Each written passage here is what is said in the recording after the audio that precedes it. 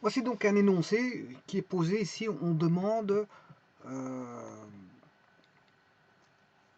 enfin on demande, d'abord on donne. Avant de demander, on donne des données, parce que bon, on va pas demander quelque chose alors qu'il n'y a pas de données. On a en possession donc une fonction qu'on appelle grand F, qui est une fonction bien sûr de R carré vers R. Donc ici j'ai juste oublié de mettre que c'est une fonction de R carré dans R. Bien sûr, c'est-à-dire que les variables étant x et s, et on fait subir euh, donc à la fonction l'entrée des variables x et s pour avoir en sortie une valeur qui va dépendre bien sûr de x et de s. Donc en d'autres termes, f est une fonction de x et de s. Vous rentrez une valeur x et s, vous en sortez un résultat. Donc vous voyez qu'ici on a une double entrée, hein, vous avez une double entrée pour avoir une sortie, je peux appeler ça z, hein. Voilà, donc je peux écrire que z est égal à f de x et s. Donc vous rentrez deux données, vous rentrez x et vous rentrez s, donc deux données par rapport aux variables x et s, et on aura un résultat fixé en fonction de x et de s donnés. Voilà. Donc, qu'est-ce que c'est? C'est tout bonnement donc une fonction à deux variables. Fonction à deux variables. Je dirais même trois variables, dont deux variables indépendantes. Voilà, ici on a une variable indépendante, une deuxième variable indépendante, vous les fixez, hein, ça c'est les variables indépendantes, on les fixe, et en fonction de ce qu'on a fixé, x et s, mais on sort une variable dépendante. Donc on a ici, si vous voulez, on a trois variables, dont deux indépendantes, deux variables indépendantes, et une variable dépendante. Donc on entre x et s, et on ressort z. Alors, ce qui veut dire qu'ici, x et s fait partie d'un domaine. Enfin, plutôt, on va dire ce que vous devez rentrer au départ, oui, x et s. X et s appartient à un domaine. Voilà. Et je dirais même que je dirais plutôt que on a la fonction f, on a un domaine qui est inclus ou égal, hein, peut-être égal à r carré, on verra bien, hein, je vais faire l'étude du domaine, de r carré vers, vers R. Voilà. Donc vous rentrez, si vous voulez, bien sûr, R peut être inclus ou égal à, enfin, vers R, je m'excuse, c'est vers R. On sort un réel. On sort un réel. Donc ce qui veut dire que on va rentrer deux nombres, x et s, et on va ressortir un z. Voilà. X et z appartenant est inclus ou égal à r carré, et on va ressortir, si vous voulez, un z bien sûr qui est égal à f de xs.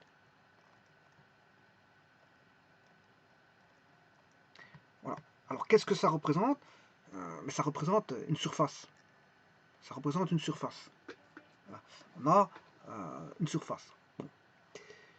Et cette surface, ben, elle est définie comme étant, ici exactement, le z étant défini, hein, par un logarithme népérien pour lequel on introduit à l'intérieur deux exponentielles. Deux exposants x plus 3 exposants s. Voilà. Deux exposants x et 3 exposants s. Voilà que vaut le z. Donc on va introduire une valeur en x, on va introduire une valeur en s pour obtenir, récolter une valeur en s, bien sûr en faisant agir l'exponentielle de base 2 sur x, l'exponentielle de base 3 sur s, en additionnant les deux et en prenant le logarithme népérien. Donc vous voyez qu'il y a une procédure à établir avant d'obtenir la valeur z. Avant d'obtenir le z, bien sûr, vous devez faire l'exponentielle de base 2, l'exponentielle de base 3, suivant, bien sûr, vous introduisez x pour 2, l'exposant x pour la base 2, l'exposant s pour la base 3, vous additionnez et vous prenez le logarithme népérien. Bon. Alors, il faut savoir que tout d'abord, le x, qu'est-ce que vous pouvez rentrer dans x? Mais tout ce que vous voulez. Parce que 2 exposant x, si vous décortiquez la fonction de exposant x, c'est une fonction qui est comme ceci. C'est une exponentielle de base 2. Donc elle est, voilà, elle fait ceci. Alors, avec en 0, si vous prenez 0, 2 exposant 0, c'est qui fait 1. Et si vous prenez 1, ben 2 exposant 1, ça fait 2. Voilà. Donc ce qui veut dire que les y seront strictement positifs. Enfin, du moins, si vous avez un axe x, y comme ceci, les y seront strictement positifs. Ce qui veut dire que cette fonction-là est strictement positive. Voilà. Alors, elle est strictement positive. C'est intéressant. Mais il faut savoir que 3 exposant S est aussi strictement positif. 3 exposant S est strictement positif. C'est un petit peu la même fonction que 2 exposant X, si ce n'est que, bon, 3 exposant S, bon, pour 0, vous allez passer 3 exposant 0, ça, vous passez toujours en 3 exposant 0, ça fait 1. Alors on aura S.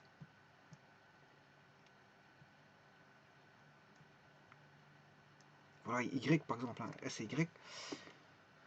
Vous rentrez 0, 3 exposant 0, ça fait 1, mais si vous mettez 1, vous aurez 3. 1, on aura 3, la courbe va passer en 3. Voilà, et c'est une exponentielle qui est croissante, strictement croissante. Voilà, tout ça pour vous dire que... Pour vous dire quoi? Mais 2 exposants x étant strictement positif,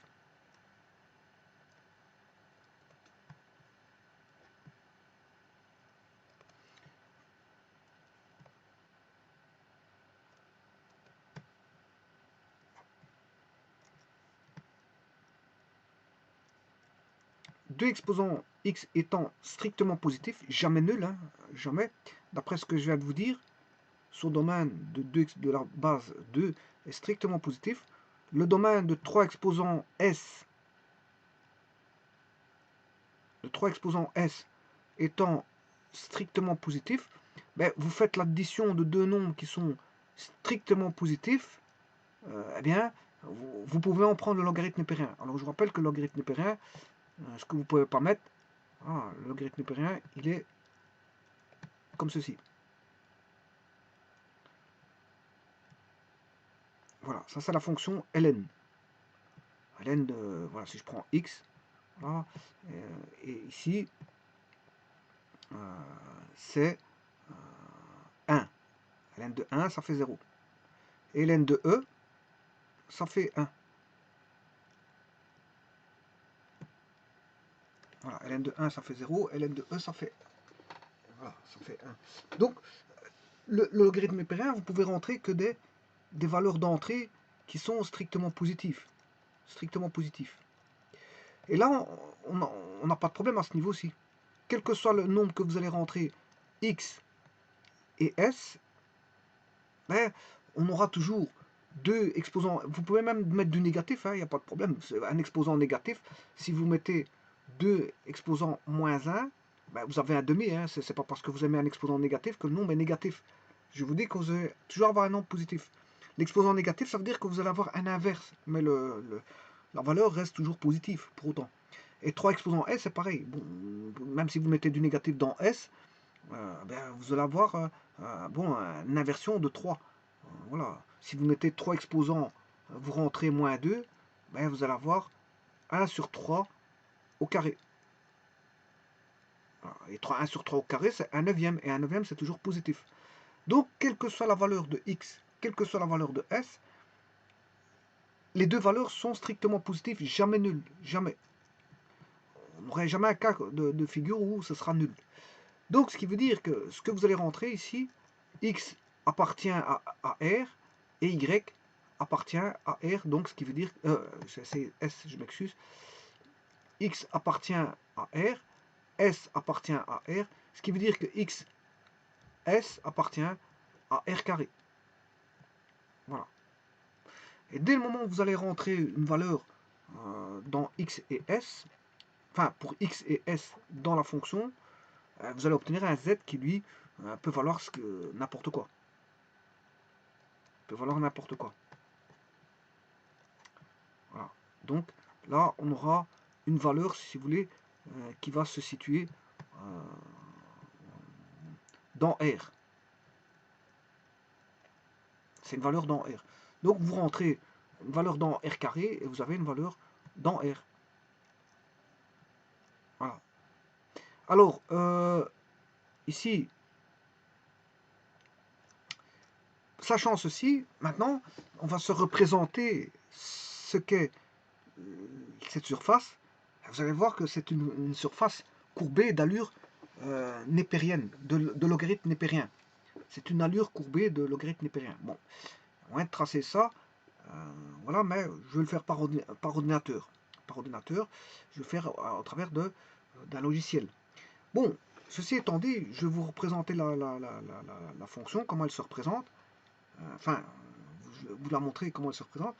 Mais là, n'est pas trop la question parce qu'il faut répondre à la question, puisqu'il faut calculer la dérivée seconde par rapport à x et s, voilà, de la fonction f.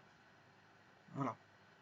Donc, il ne faut pas perdre de vue que le but de la manœuvre ici, de l'exercice, étant de répondre à la dérivée seconde. La dérivée, ce qu'on appelle une dérivée partielle seconde. Alors, qu'est-ce qui fait dire qu'on a une dérivée partielle seconde? Eh bien, on a des carrés. Alors, on va dériver une fois par rapport à la variable s et une fois par la variable x. Donc, quelque part, on va dériver f deux fois. Mais alors, attention aux ordres de succession des dérivées partielles. Donc, delta, ça veut dire dérivée partielle. Mais dans ce cas-ci, on va dériver d'abord par rapport à S, voilà, d'abord par rapport à S en premier, et puis on va dériver par rapport à X en second. Donc il faut lire ça comme étant, je vais vous montrer tout de suite, donc la deuxième étape c'est la deuxième dérivée partielle, c'est par rapport à X. Donc quand je dis dérivée partielle, ça sous-entend que on va dériver par rapport partiellement, c'est ce qu'on appelle, d'ailleurs je vais l'indiquer ici, ce qu'on appelle une dérivée, bon là, une dérivée successive, parce qu'on va le faire deux fois, successive, puisqu'on dérive deux fois, on pourrait dériver plusieurs fois, hein. Bon voilà, on peut dériver une fois, deux fois, voilà, si on a envie de dériver une troisième fois, bon on dérive une troisième fois, etc., etc., 4 fois, 5 fois, tant qu'on veut, simplement, on va dériver de manière successive, de manière ici partielle, dans le sens où partielle, c'est par rapport à la partialité des variables. D'un côté ici, comme je dérive par rapport à S en premier, mais ça veut dire que le X est considéré comme constant. S en premier, je dérive par rapport à la variable S, voilà, mais le X est constant.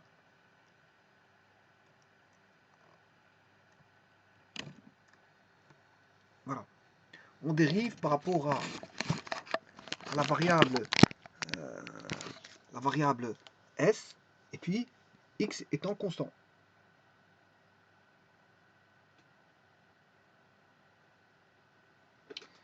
Enfin, on garde X constant. Et puis, ça c'est la première fois. La première dérivée, c'est ça, première dérivée.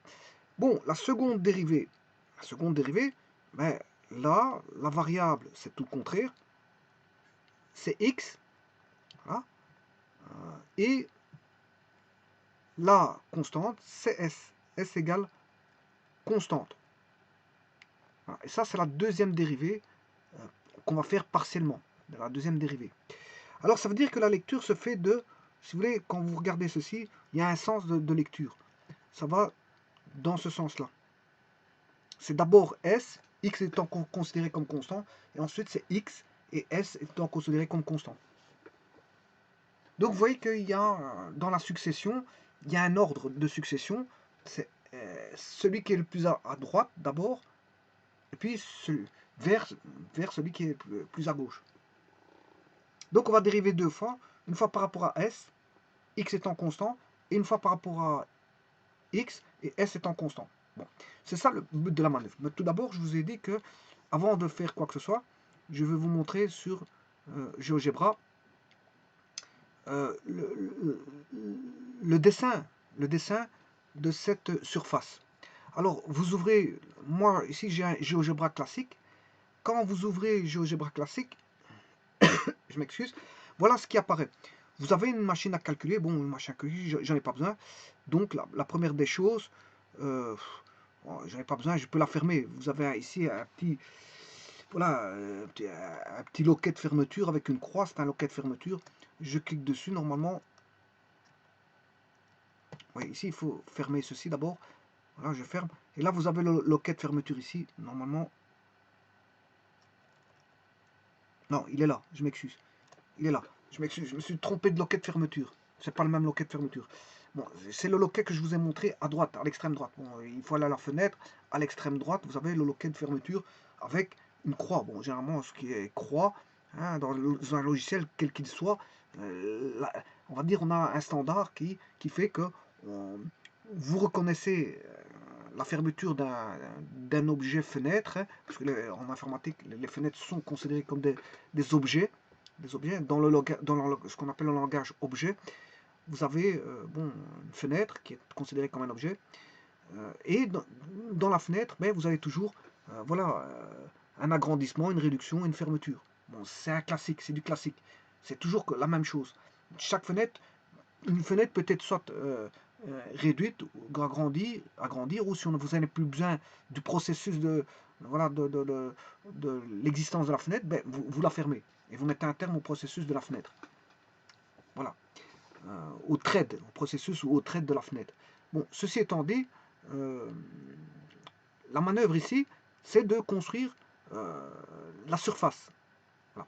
Donc, dès le moment où vous voyez un logiciel, quel qu'il soit, si vous voulez le fermer, vous avez le loquet croix, qui est un classique de voilà, standard, qui veut dire fermeture de fenêtre. Donc, partout, ça ne doit pas vous poser de problème, ni dans un autre logiciel, ni sur GeoGebra, parce que la fermeture, bon, c'est assez simple à voir, c'est voilà, c'est une croix. Bon, ceci étant dit, vous voyez bien que ici, ce qui se passe, bon, la première des choses que vous voyez, on a affaire à un axe gradué en tant que, voilà, avec ce qu'on appelle, voilà, une zone de dessin pour les fonctions. Pour les fonctions ou pour autre chose. On peut faire des vecteurs, on peut faire beaucoup de choses. On peut faire ce qu'on veut là-dessus. Du moment qu'on peut faire du veut faire du dessin, ben, c'est un lieu de dessin. Donc c'est une fenêtre adaptée pour les dessins. Si ce n'est que là, on a une fenêtre adaptée pour la 2D. Pour la 2D.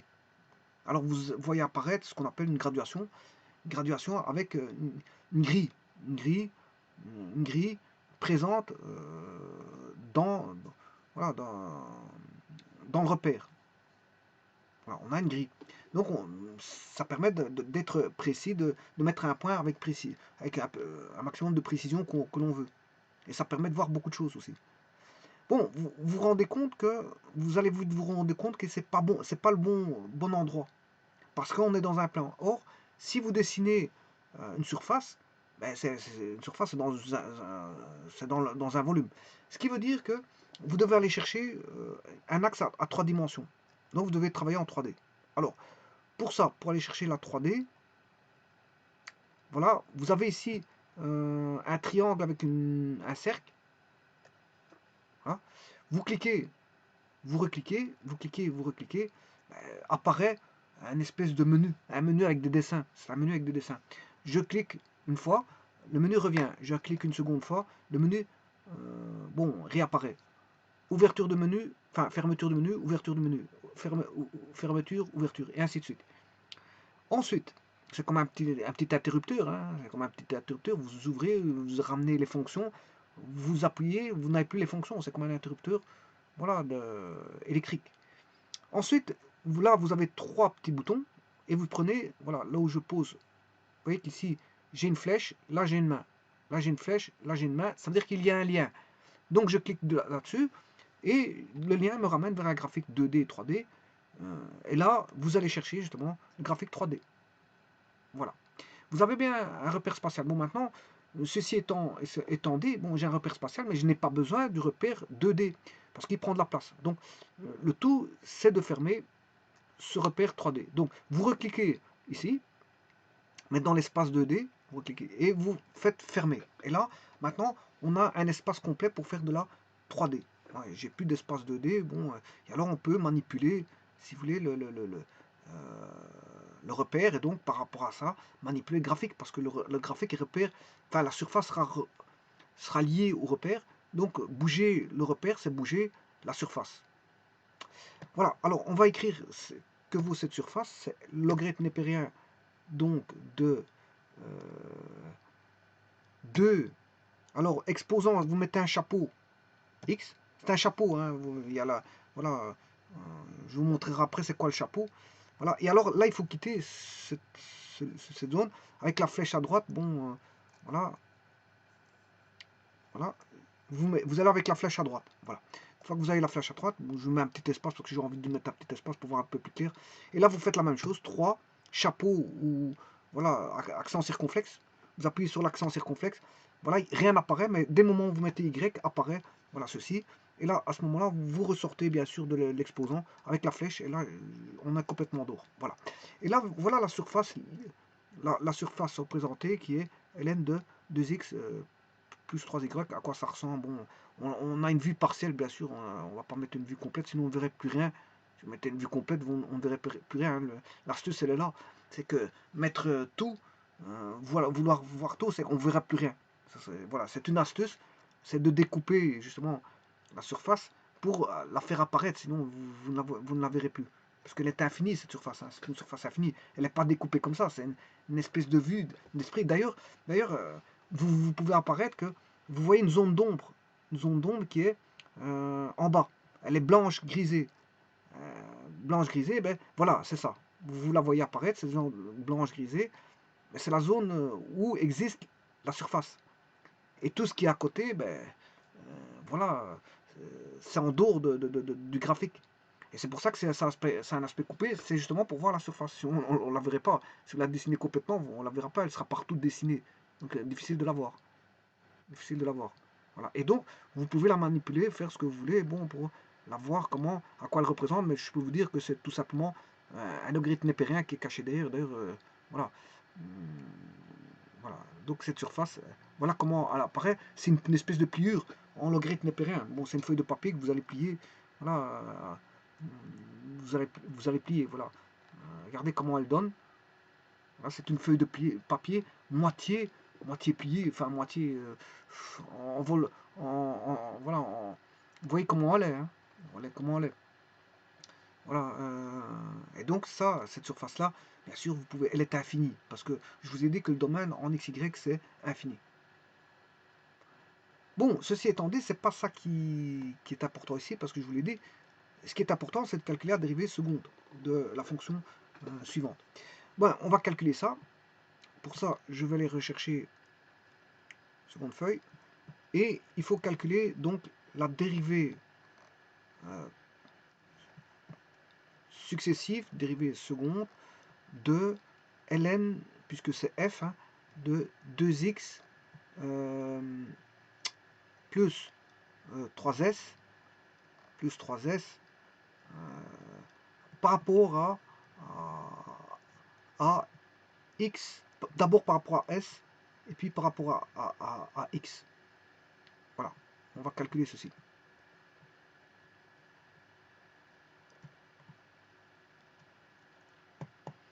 Bon, alors, ça veut dire qu'on aura deux calculs. Une fois par rapport à S et une fois par rapport à... Donc, d'office, hein, vous aurez une dérivée seconde, c'est 2 fois. Bon, ben, on va calculer ça. Tout d'abord, si on dérive par rapport à S, voilà. X étant constant,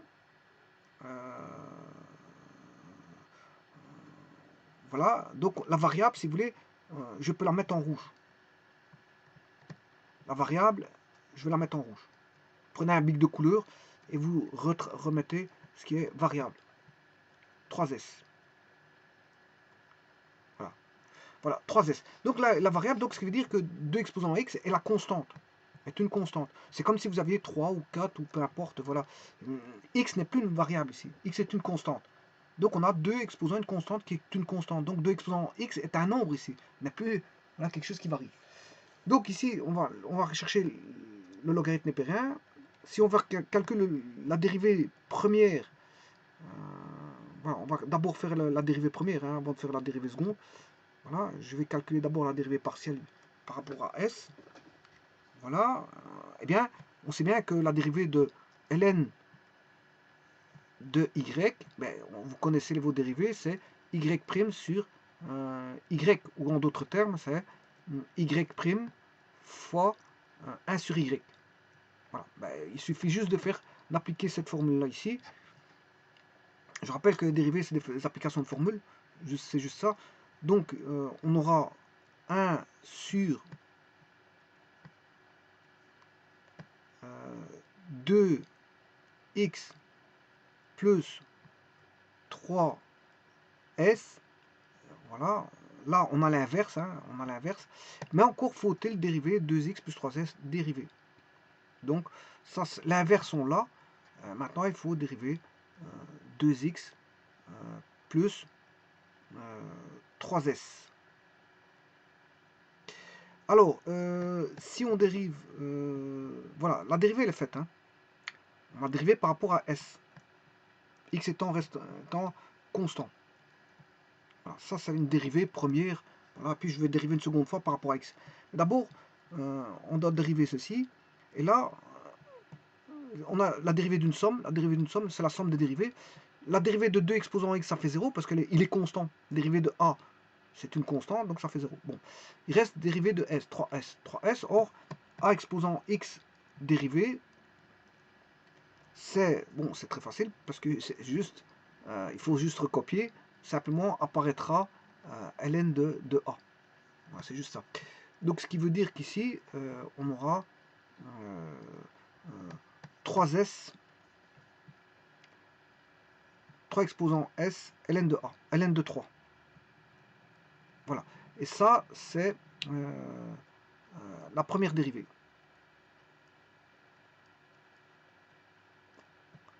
Alors maintenant, pour avoir la dérivée seconde, ben, il faut dériver une seconde fois. Cette fois-ci, qui est constant, mais c'est s. On va dériver ceci. On reprend, puisque c'est une dérivée successive, ben, la précédente, c'est celle-ci. Voilà. On va dériver cette fois-ci ceci. Voilà.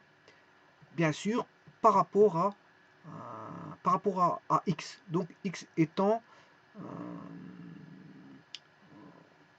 voilà. La première c'est celle-ci. Bon, ici, il y a juste une petite erreur. C'est vrai que comme j'ai enlevé le carré, si j'enlève le carré, bon, il n'y a pas de dx, ds, il n'y a que du ds. Parce que si vous faites dx, ds, c'est une dérivée seconde. Voilà. Mais ici, je fais successivement la dérivée de ceci. Parce que tout à l'heure, j'avais noté ceci. Voilà, j'avais noté ceci. Donc, c'est tout à fait normal qu'il y avait ceci. Mais bon, moi, je veux l'appliquer en 2 dérivées premières. Donc, il faut que j'enlève ceci. Voilà. Et je dois enlever ceci, parce que je vais appliquer 2 fois. Je ne vais pas le faire en une fois, je vais le faire en 2 fois. Si je le fais en 2 fois, ben, je suis obligé de marquer ça comme ça. Voilà. Tout comme ici, voilà, ça c'est la première fois. La première fois, elle est là. Hein, la première fois. Premier calcul de dérivée, elle est là. Et la seconde, ben, elle est là. Donc, la deuxième, elle est là.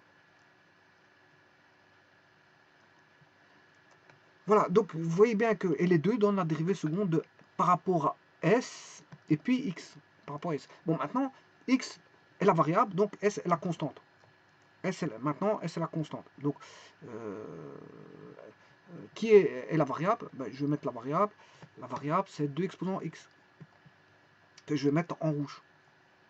Donc vous pouvez le faire avec un bic rouge pour savoir, pour ne pas vous tromper au niveau du calcul voilà, de ceci. Et alors bon, ceci, ça devient facile parce que c'est f sur g. Vous avez une dérivée d'un quotient, f sur g, et ça, vous devez connaître les formules par cœur. C'est g carré, voilà, f prime, g moins f g prime. Voilà. C'est juste ceci. Bon, alors qui est f, qui est g? Ben, le numérateur c'est f et le dénominateur c'est g, tout simplement. Donc, on va dériver ceci, donc on n'a pas besoin, et on va appliquer cette formule-là. Alors, g carré, il n'y a rien à faire, il suffit de mettre le dénominateur au carré. G carré, c'est le dénominateur au carré. Alors, on va dériver f' laisser g moins f et dériver g'. Alors, si je prends le f', mais c'est le numérateur, 3s ln de 3 fois 2 exposant x, bien sûr, c'est f', hein, donc il faut dériver le numérateur dérivé, et puis multiplier par 2x plus 3 exposant s. Voilà. Moins f, qui vaut 3 exposant s, ln de 3 fois 2x plus 3 exposant s, voilà, dérivé, le tout sur g carré. Donc sur 2x plus 3s, le tout au carré. Voilà. Alors, rappelez-vous que je vous ai dit que la variable c'est x et la constante c'est s. Donc si la constante est s, eh bien, s est une constante, 3 exposant s est une constante, 3x exposant ln de 3 est une constante.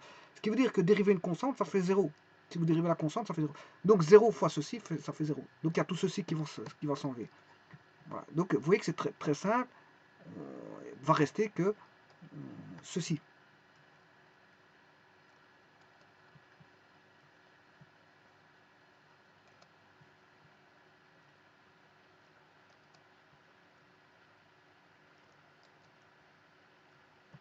Donc il faut traiter maintenant. Je ramène tout à gauche parce que bon, ça n'a rien à faire ici. Voilà.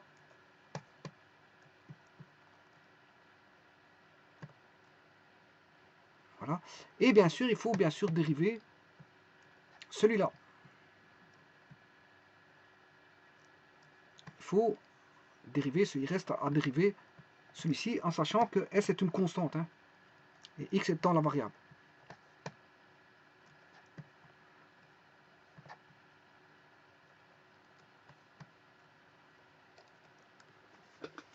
Voilà, donc on a bien un moins. Au dénominateur, on a un carré d'une somme de deux exponentielles.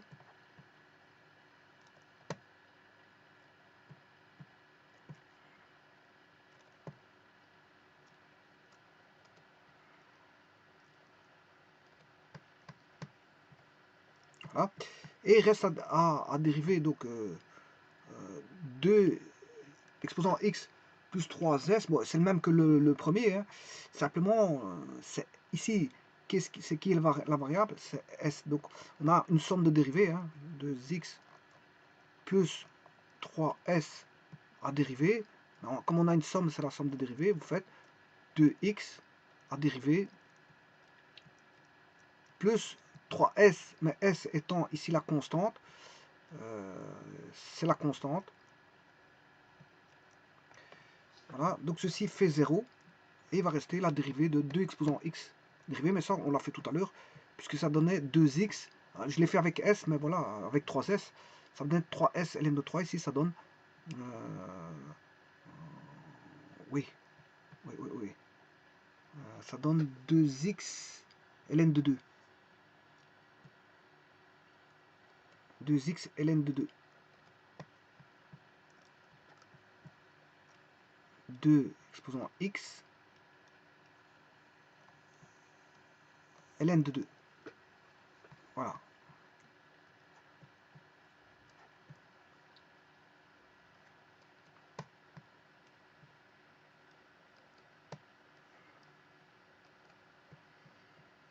Bon, ce qui veut dire qu'on a